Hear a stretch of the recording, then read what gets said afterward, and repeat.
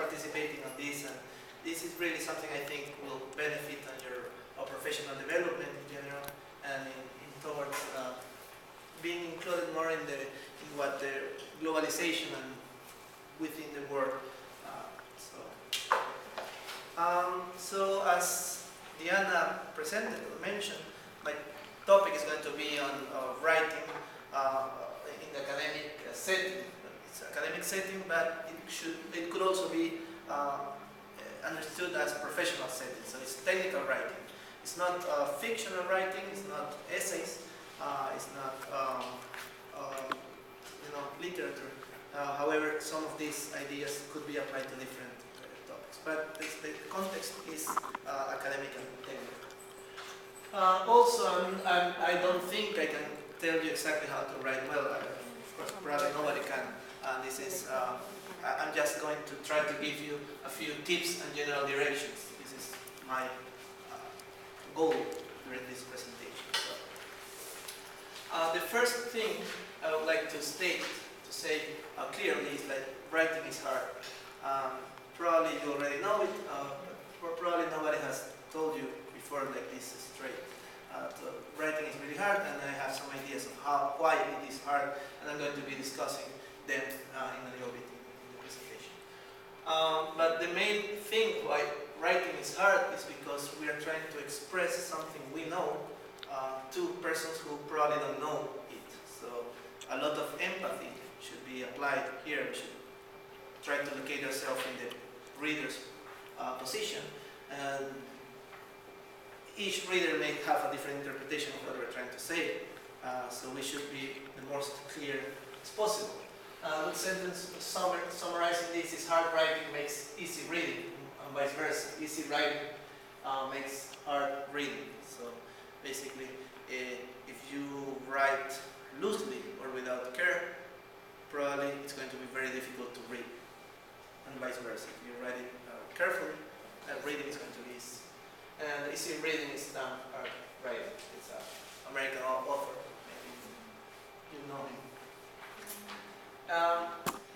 I had a comic strip. You know this, guys? Calvin and Hobbes. It's supposed to be the kid imagines this tiger actually exists. So they talk about it in a conversation. So this is it's a joke. It's funny because it has some truth behind it. So I'm going to read it. So I don't know if it's Calvin or Hobbes. The kid says, "I used to hate writing assignments, but now I enjoy it. I realized that the purpose of writing is to inflate weak ideas, obscure poor reasoning, and inhibit clarity." Okay. And then he says, "With a little practice, writing can be an intimidating and impenetrable foe. Want to see my book report?" And then he says, he's reading, "The dynamics of interesting and monological imperative and in Dick and Jane, a study in psychic relational gender modes." It says academia, here I come. So the joke about it is that he's saying that with writing he can basically write anything he wants with good writing. And this is sometimes true. In my experience I have observed, maybe not so extreme like this, but I have observed some, for example, very good ideas in badly written that will make the paper will get rejected. And the opposite is also true. Some weak ideas, very well written, will make the paper accepted for publication in some good journals. So basically what I'm saying is that writing is a medium that enables publication. So if the writing is well, it can be published, and if it's not, it will not. So yeah, it's ready for academia. Okay, so what my presentation is going to be in a nutshell, so the main topics are going to be focusing on four main ideas, the basics. Okay, first one, keep it sophisticatedly simple. Some people would say keep it simple. Actually, this word is necessary. It's actually an example of what means to keep it sophisticatedly simple. You should not just keep it simple, okay, but you should be as simple as necessary. So the word sophisticatedly is necessary explain what the philosophy behind this concept is. Albert Einstein has a phrase saying, if you're out to describe the truth, leave elegance to the tailor. So you should be as clear as possible and only be as simple as possible. Use parallelism. This is, I think it's a basic concept, but I frequently see it being violated or not being respected. Parallelism, we're going to be talking about it. It's basically that sentences that are related in the same way with each other should have the same grammatical structure. We will see examples. The key is rewriting.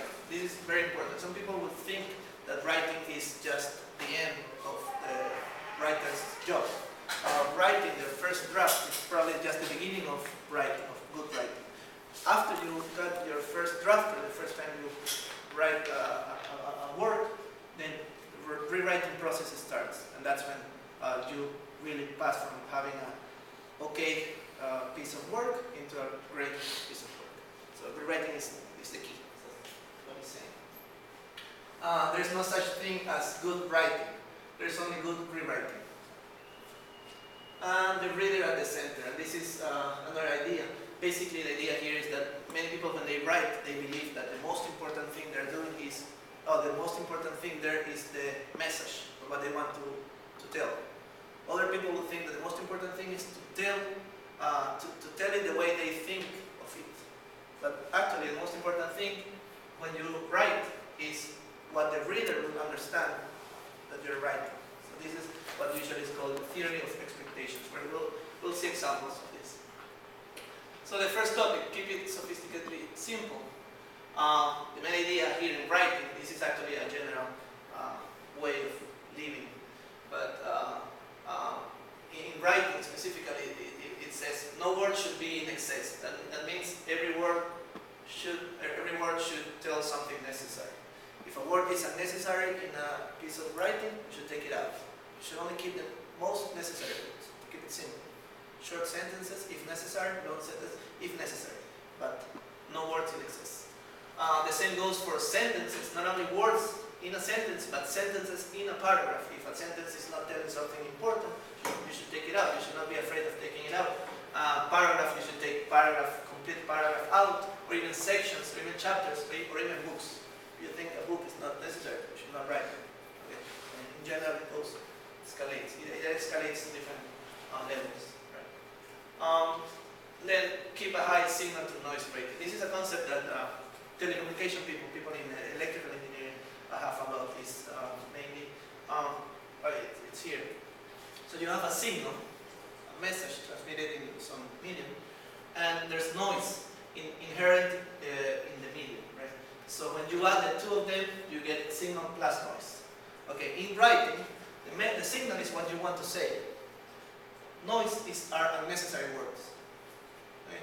So when you combine both of them, you get signal plus noise. You should keep a signal to noise ratio, a high signal level with a low noise level. Okay. In general, maybe you have seen this. When you read bad writing, you see a lot of words trying to say the same thing, and then you keep reading a whole paragraph, and at the end, perhaps you have realized that maybe only one or two ideas were told. Okay? When you read good writing, or more dense writing, then you will see that each paragraph is telling a lot of things. And it is curious. Even when you read a book with a low signal to noise ratio, you will be reading very fast. I don't know if you have read books. Maybe, I don't know, maybe, for me, when I read Harry Potter, for example, that was a fast reading. I read it very fast. Because I think the signal to, it's not a bad book. It's very interesting and it's well written too. But because it's entertainment, because the purpose of it is entertainment, it had a very low signal to noise ratio. Okay, a lot of words telling things, and you pass by very fast. But when you read dense topics, maybe it takes more time. It's the processing time of ideas. Okay, the next topic is parallelism. As I said before, I think it's a very basic concept, but I continually see it being not respected. Okay? So the main idea is, for example, I will give the main idea with an example. She revels in chocolate walking under the moonlight and songs from the 1930s jazz period. Right? So she revels into interesting things, I think, but the sentence is not well written. Why is it not? Doesn't make any sense. Oh, parallelism is not being respected. So she said the same verb a number of tense. things, yeah, and each of them is being shown in a different grammatical structure. So, for example, she said she revels in chocolate, walking under. So revels. I believe this is an infinitive form of the verb. This is walking. So I believe it's a gerund. It's an IIE form. And this is not even a verb. This is just a song from the 1930s. This is bad writing. And this occurs everywhere. When you have both bullets, like in the presentation, but also when you just write topics in a list, or when you list your objectives, your specific objective, for example, you have a few of them, or the benefits of something. Always keep the same grammatical structure. So a good parallelism would be, she revels in sweet chocolate eclairs, long moonlight, sorry about that, walks, and classic jazz music. Right? And another way could be, so you notice that revels is the verb, it gets outside, and then sweet chocolate is just the nouns, right? So sweet chocolate eclairs, long moonlight walks, and classic jazz music. Parallelism. She loves eating. This is another good way. She loves eating chocolate eclairs, taking moonlight walks, and singing classic jazz. It's the same grammatical structure. ING verb plus the activity or the object. Right? So, for example, particularly in our field, you could say objectives of lean manufacturing. You may know which they are. These are some. This is an example, right? Increasing the quality level of the working process means reducing the number of errors a person rejects. The result is less demand for company resources and therefore lower total operating costs. Then the second objective is productivity increases when the first one is increasing the quality, and the second one productivity increases. So this is another topic for, this is another thing. Sometimes people will say, oh, but I need to change the structure because then I will sound like repetitive. It's actually, when you go about writing technical things, as Einstein said, what he said, yeah. If you're out to describe the truth, leave elegance to the tailor. Okay? If it's literature you're writing, you should focus on elegance and aesthetics, right? And if it's technical writing, don't worry too much about aesthetics. Just the truth is aesthetic. So increasing the quality should be increasing the quality level, increasing the productivity when the same, a through time reduction, reducing the through time should be parallel. Right? This is a simple thing to correct, but very mistake. Okay, on rewriting, I think there's not much. I'm sorry. I think I'm going to be introducing rewriting based on a number of different authors talking about rewriting. So I'll read it. There's no such thing as good writing. There's only good rewriting. So books are not written. They are rewritten. This is Michael, maybe you know him as the author from Jurassic Park and other blockbuster hits. Stephen King, probably you know him. Not bad, but puffy. This is what he was told when he has a book on writing. It's interesting. It's actually called On Writing. But this is what he was told when he handed in his first draft of a novel or something. So not bad, but puffy. You need to revise for length. Formula. Second draft. You know what draft is? The second correction of the manuscript equals the first draft minus 10%. That's what he was told. Look back. It's a very basic rule, but saying keep out things or take out things. Keep it simple. I have rewritten often several times every word I have ever published. My pencils outlast their erasers. If it sounds like writing, I rewrite it. Okay. The main thing I try to do is write as clearly as I can. I rewrite a good deal to make it clear. That's where you achieve clarity in your rewriting. Okay. More than half, maybe as much as 2/3 of my life as a writer is rewriting. I wouldn't say I have a talent that's special. It strikes me that I have an unusual kind of stamina. I can rewrite sentences over and over again, and I do. So it's talking about how much you need to rewrite to get something good, even when you get bored about it. So here's an example. Maybe somebody would like to read it. Maybe not. David.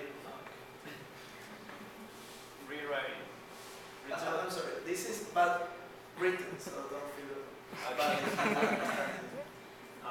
Retail supply chain has experimented during the last 2 decades with various information sharing arrangements, such as collaborative planning, forecasting, and replenishment.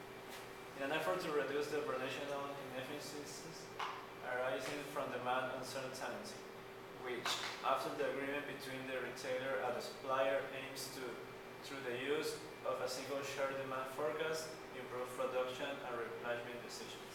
Okay, it's horribly written. But the worst thing about it is that the ideas are good or are at least correct. So a good message is destroyed by writing.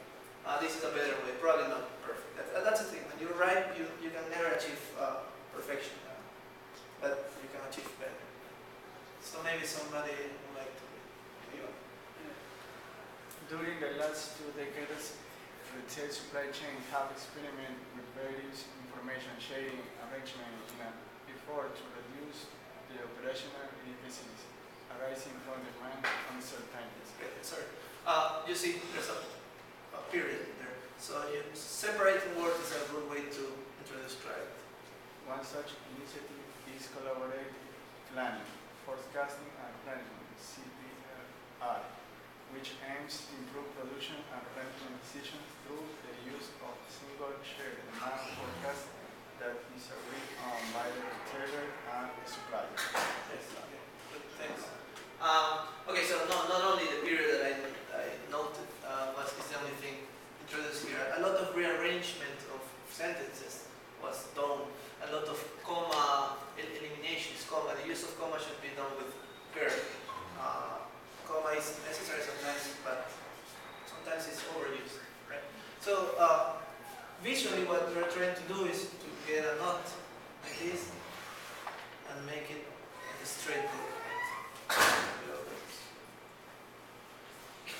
Okay, so I think we tried to make the point of rewriting here.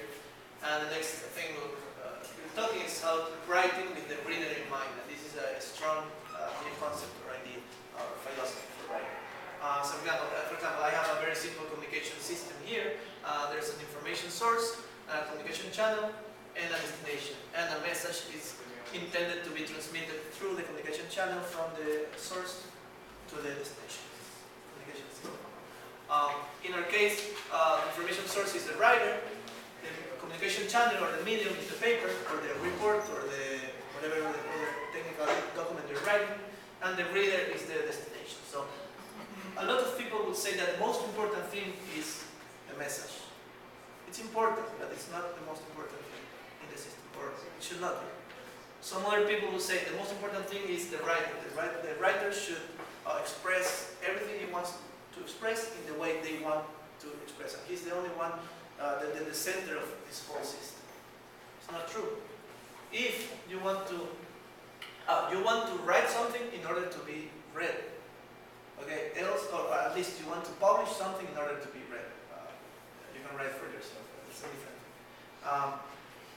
The most important thing here should be the reader and what his understanding of the message and the intentions of the writer are. So we should focus on the reader and particularly how to make sure that he understands what we're trying to tell him. Um, so this is what it's called theory of expectations, at least some authors call it this way. So just I wrote this because these are very well written sentences, not by me, but unfortunately. But I think I put it there because they are strong enough to be read the way they were written. So, information is interpreted more easily and more uniformly if it's placed where most readers expect to find it.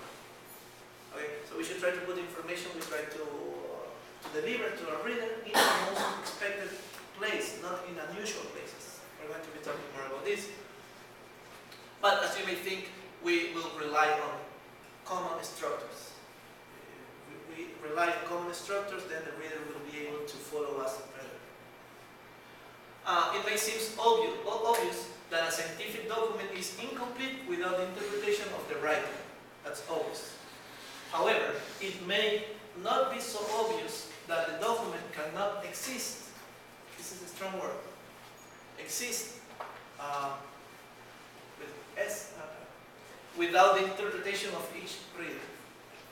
So his interpretation is crucial. It makes the document exist. Okay, so reading as a journal. As I made the distinction before, I'm not talking about fiction or literature. This is not entertaining reading. This is informative reading. So usually what happens is we want to take our reader from known stuff, from his standing, into some new stuff, some new things. So we want to inform him about the new things. And this should be done. It is our duty as writers to do this with the least amount of stress on the reader, so to reduce the level of stress. The reader should be comfortable and reading this, not should be like stressed. Some authors talking about this have mentioned that in their experience, the misplacement of old and new information turns out to be the #1 problem in American professional writing today. These are consultants on writing, or editors, people who are professionals about this. So they think that this is the most important. Misplacing old information and new information. The natural direction is going from old information into new information. This is what we're going to do. So I'm going to give an example of how we can do this, but as I mentioned before, the main idea how to do this is to rely on a structure. A structure means something that can be easily interpreted by the reader. So he will see it and at a glance he will understand what the structure is. I'll give an example. So for example, I have made some experiments and I have registered the results of this experiment. This is I have taken the temperature of some experiment at some amounts of time, at some moments of time. So my conclusions are written here. So she says, time 15 minutes, temperature 32 degrees. Time 0 minutes, temperature 25 degrees. Time 6 minutes, temperature 29, and so on and so forth. It's horrible. We don't understand what he's trying to say. However, it should be remarked here something interesting, that the information is there. The message is there. It is here. And the reader knows this information. He just writes it in whatever way he feels it. He was not thinking about the writer when he wrote it. The reader. And a way to do this is perhaps using a table. Time, minutes, and temperature corresponding to each of these units. It's the same information. However, I think nobody would say that this is more clear than this. Okay? Furthermore, there's something very important here. If we keep the same structure here, but we just flip the two columns, then we get this new table. I think it's harder to read than the first one. Trying to take a look at it, trying to interpret what's going on. It says 25 at 0, 27 at 3, 29. I think it's a little bit more difficult. So not only the structure within the table helps the reader to understand what's going on, but also the structure within the table. So for example, if we establish a structured context that is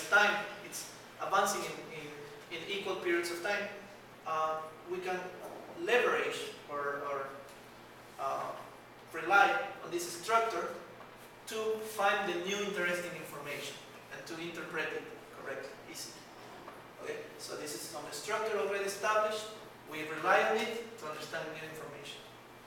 It can be stated like people, we are used as human, we are used to think about a cause and a consequence. And that's, I don't know, but I found it easier to understand the one that has a column with time and then temperature than the other, because I always see things as you have something that is affecting, or you have a list of things that have some interesting information at least, and then you have to read about it.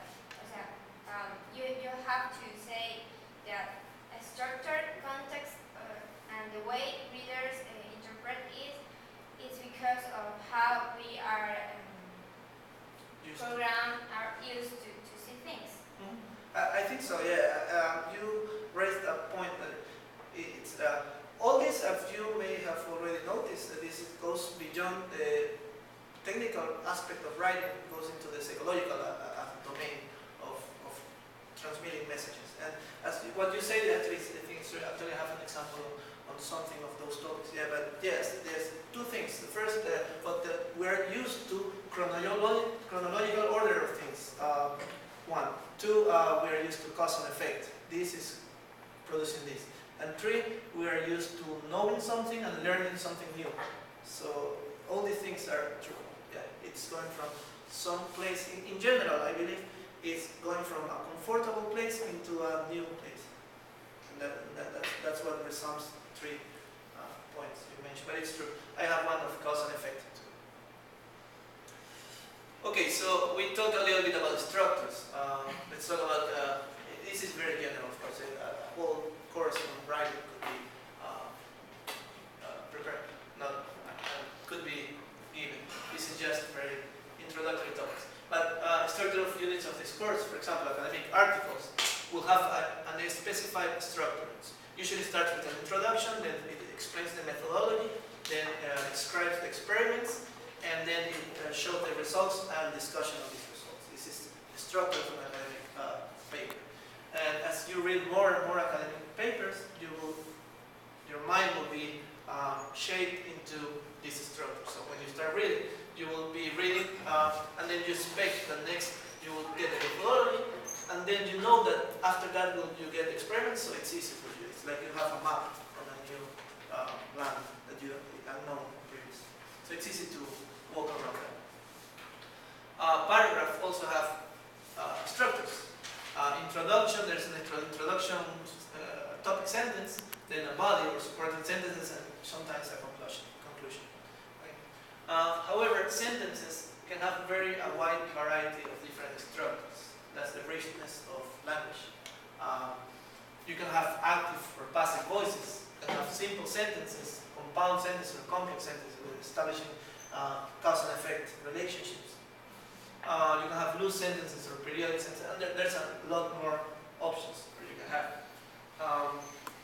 The difficulty in writing, and this is why I think writing is hard, is because there's so many choices here for saying one thing, and it becomes like you have a virtually unlimited number of alternatives to choose between, and you suspect there's an optimum one or one that is better than the other ones, and you try to find it. This is hard.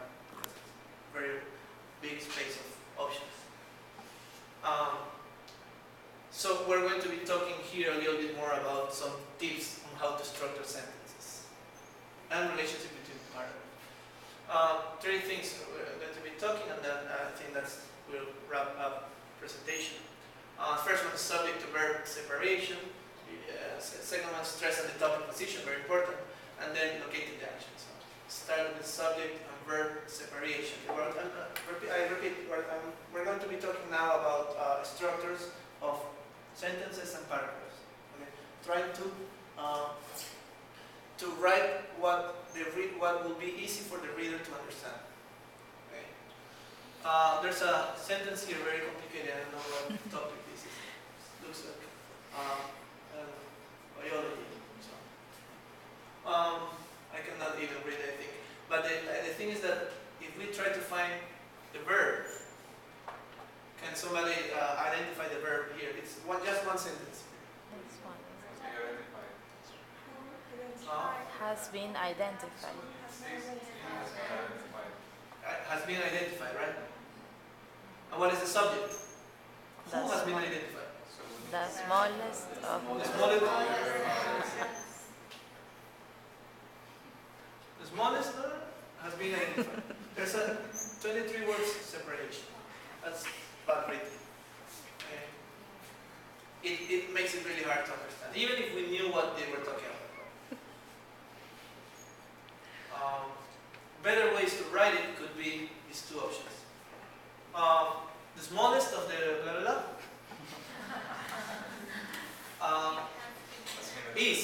is. So we were separating the paragraph into two sentences with a semicolon or semicolon, right? Here. So we're separating it into two. So the first one is saying that the smallest of the URF is this. Subject and verb are close together. And the second sentence, it has been identified as subject and verb together. That helps a lot of reading. Even a better way could be if we apply the concept of simplicity here.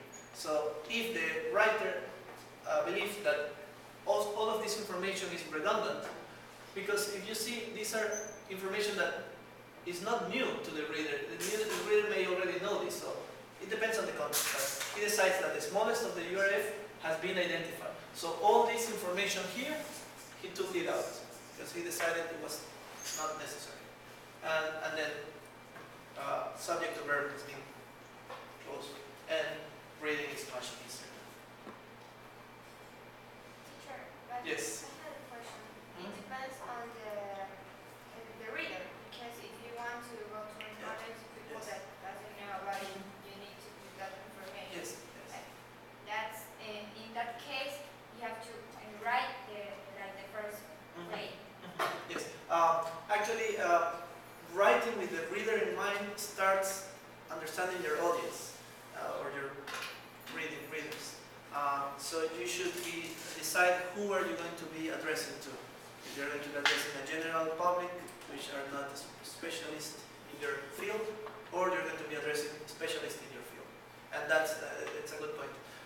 You should decide if there is a general public, probably this, specialist, probably this.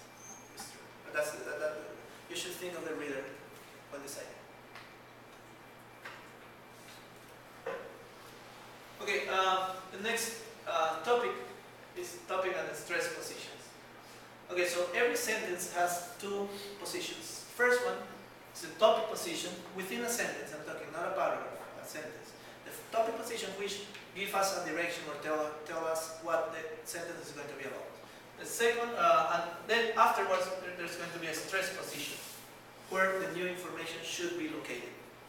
So the idea is beginning with exciting material and ending with a lack of luster often leaves us disappointed and destroys our sense of momentum. So we should be provided the known information at the beginning of the sentence and the new information at the end of the sentence. So, and this will make it easy for flow within a paragraph. So that is connecting two sentences together.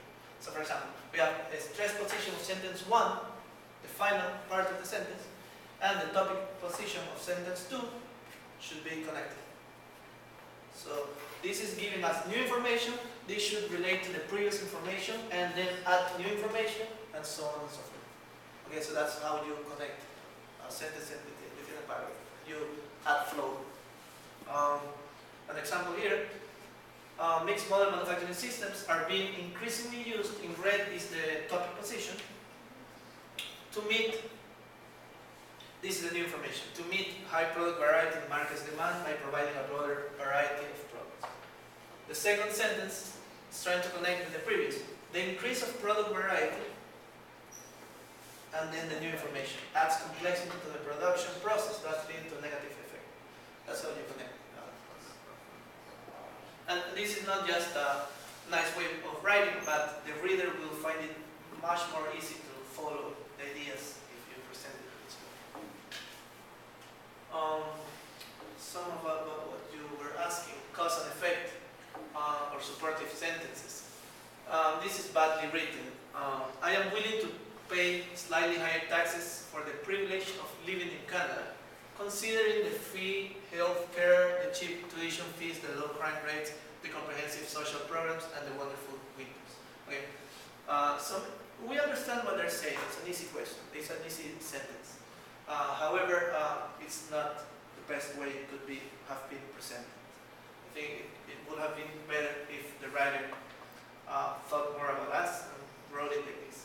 Considering the free health care, the cheap tuition fees, the low crime rates, the comprehensive social programs, and the wonderful winters, I am willing to pay slightly higher taxes for the privilege of living in Canada. No information, no information. Okay, it's more natural that way. It's related to what Julia was saying.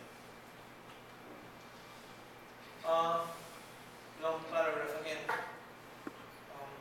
Maybe somebody would like to read. I have separated in different sentences. Maybe we can go one by one. One sentence. But keep in mind, try to follow the connection between sentences. This is not, I wouldn't say wrongly written, but I'm going to be showing a better way of writing. So keep in mind the new information and the topic and the stress position between the sentences.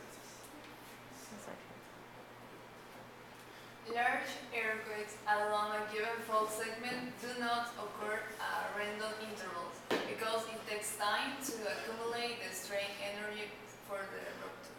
Okay, thanks. The rates at which tectonic plates move and accumulate strain at their boundaries are approximately uniform. Thanks. Therefore, in first approximation, one may expect that large ruptures of the same fault segment will occur at approximately constant time interval. Thank you. So, segment main shocks have different amounts of heat across the pool, then the recurrence time may vary, and the basic idea of periodic main shock must be modified. Okay, thank you. Can you? For great plate boundary ruptures, the length and slip often vary by a factor of 2. Thank you. Along the southern segment of the San Andreas Fault, the recurrence interval is 145 years with variations of several decades. Okay, thank you. That's one. The smaller the standard deviation of the average recurrency interval, the more specific could be the long-term prediction of a future main shock. Okay, thank you. Maybe you realize, maybe you identify the stress and topic positions. I have separated them here. The topic positions of all these sentences were these. Large earthquakes, the rates, therefore one subsequent main shocks, Great Plate boundary ruptures, the southern segment of the San Andreas Fault, and smaller standard deviation. Probably better topic position, maybe it would be better for having this in the topic positions. Time to accumulate strain energy along a fault, approximately uniform. No, I'm sorry. This is what probably should be emphasized in the stress position, which is what the new things are. Maybe you will agree. This is what the new information of each sentence is adding to our knowledge. That the time to accumulate strain energy along a fault. That they are approximately uniform. This is new. Large ruptures of the same fault. Different amount of slip vary by a factor